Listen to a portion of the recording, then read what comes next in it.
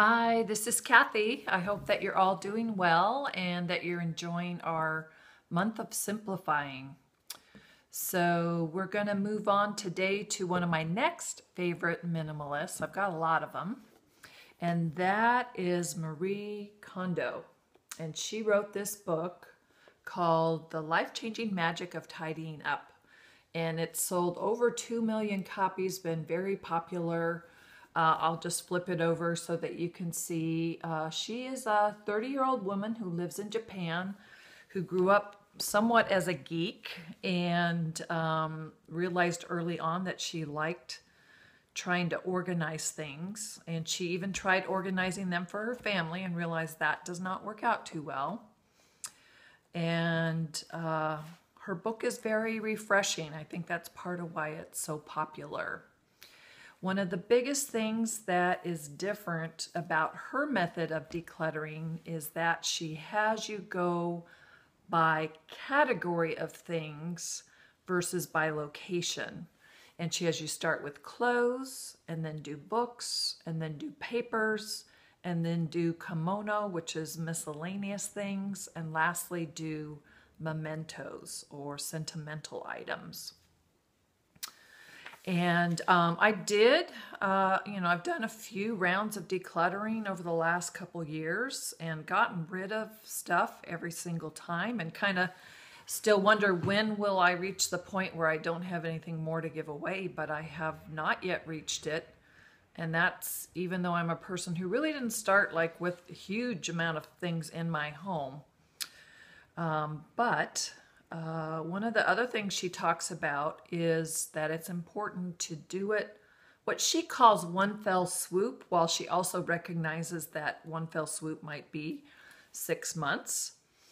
But her method is, instead of just like do one item a day, don't make it so every day, make it very special and actually get in and get your decluttering done. So I did apply her method, and so I'll just talk through what I did. With my clothes, I went and got every piece of clothing that is in my house, including my coat closet, my spare bedroom, and my main bedroom. Here again, anywhere you keep clothes, if you have them in the garage, you would go out there. And you want to bring them all to one location. I put them on my bed. She says put them on the floor. I think because the floor would just mean you definitely have enough space. But you want to put them all out there in front of you and then go one by one and pick them up and hold them and ask, does this bring me joy? I've used Francine Jay's method in the past that was asking the question of, does this bring me joy? But to me, when I hold the item in my hands and ask it, I get a much more energetic response, and I think it's actually more true for me. You may find differently for yourself, but I'm just sharing what her book is about and how it's worked. So I was able to go through my clothes, and I just felt it and was like, oh, that's a no. And oh, this brings me joy. That's a yes. I put it in that pile. I ended up having a pile of maybes, just because I wasn't sure. And part of what happened there was only one maybe became a yes. All the others were really kind of like soft no's, but I just maybe didn't want to hear that at the time. And it took me about 2 hours, if I recall correctly, to do that. If you have more clothes, haven't done other layers, have more, things to think through or memories from each of the items, it can definitely take you longer than that. Then the next day I went on and did books, and then the next day I did paper. Books and paper took about an hour each. Here again, I've gone through that in the past, but it felt really good. I got rid of, both with clothes, books, and paper, about a quarter to a third more of what I own altogether. So I am still working through miscellaneous. I will post my initial blog that goes through and shows you some pictures of that first layer that I just spoke about. And then soon I'll be doing a second blog that goes over this miscellaneous layer and go from there. I just wanted to read through some of the notes. I run the Portland Minimalist, I can't talk today, group here in Portland. And we just read this book yesterday and did it as a book club.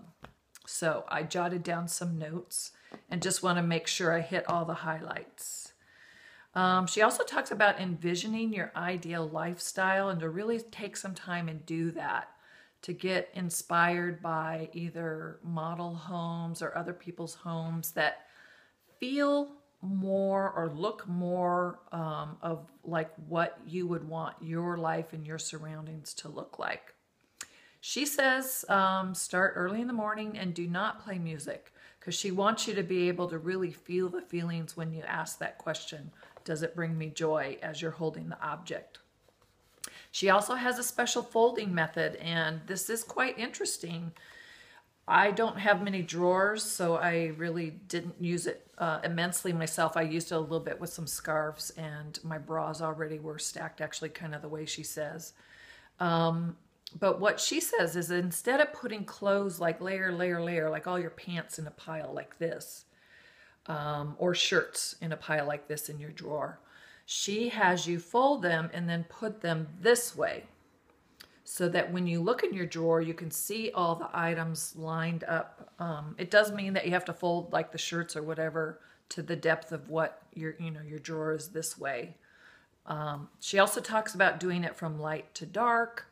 She even in the closet mentions putting coats and longer things on the left and then kind of going to the shorter things and lighter things on the right, which interestingly enough is kind of how I already was doing most of my stuff, although I do group mine totally by colors,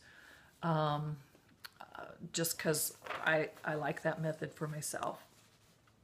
She talks about unread books and says that sometimes often means never that you're going to read them.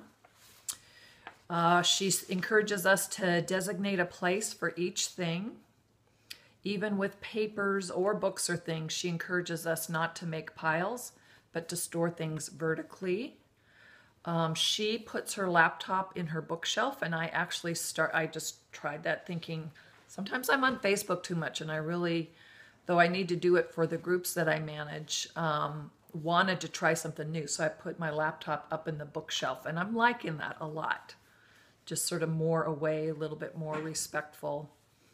Also giving appreciation for items that you use each day. So she comes in and she greets her home and she thanks things also before she lets go of them.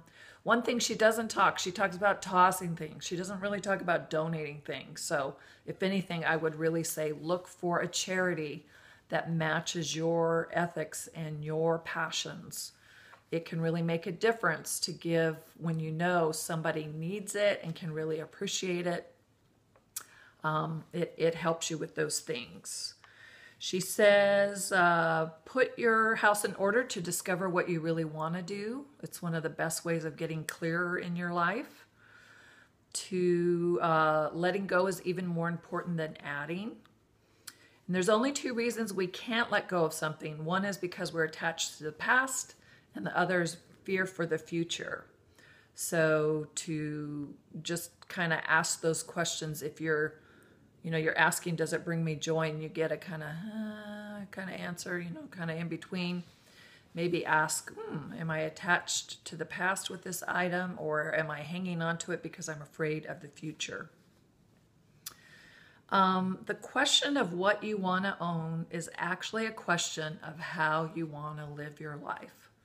And that is totally why I've been doing these layers of decluttering.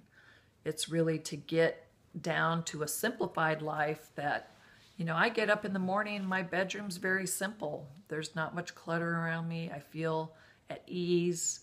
Once again, in other layers of my home and areas, I've been gradually doing it over time versus all in one fell swoop.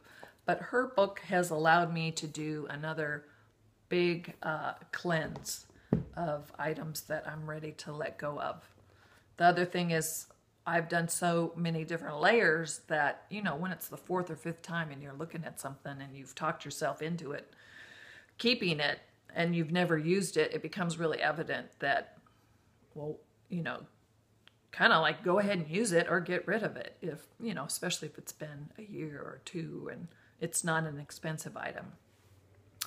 One of the things that the minimalist will say is if your item costs less than $20 and will take, you know, approximately 20 minutes to replace, there's no need to hang on to it. So I hope that some of the highlights from her book will be helpful for you as you go about decluttering in your own space. Do post your goals for this next time frame below, what you want to do, any photos that you want to do. I know to do more than one photo, you kind of have to do your own separate thread, which is fine, or to post them below if it's just one photo that you're sharing with us. Whatever works for you, don't worry about the method, but worry more about sharing your goals, showing us what you're doing to help motivate other people, and then letting us know how you're doing with achieving those goals. Okay, enough from me. Thank you guys. Bye.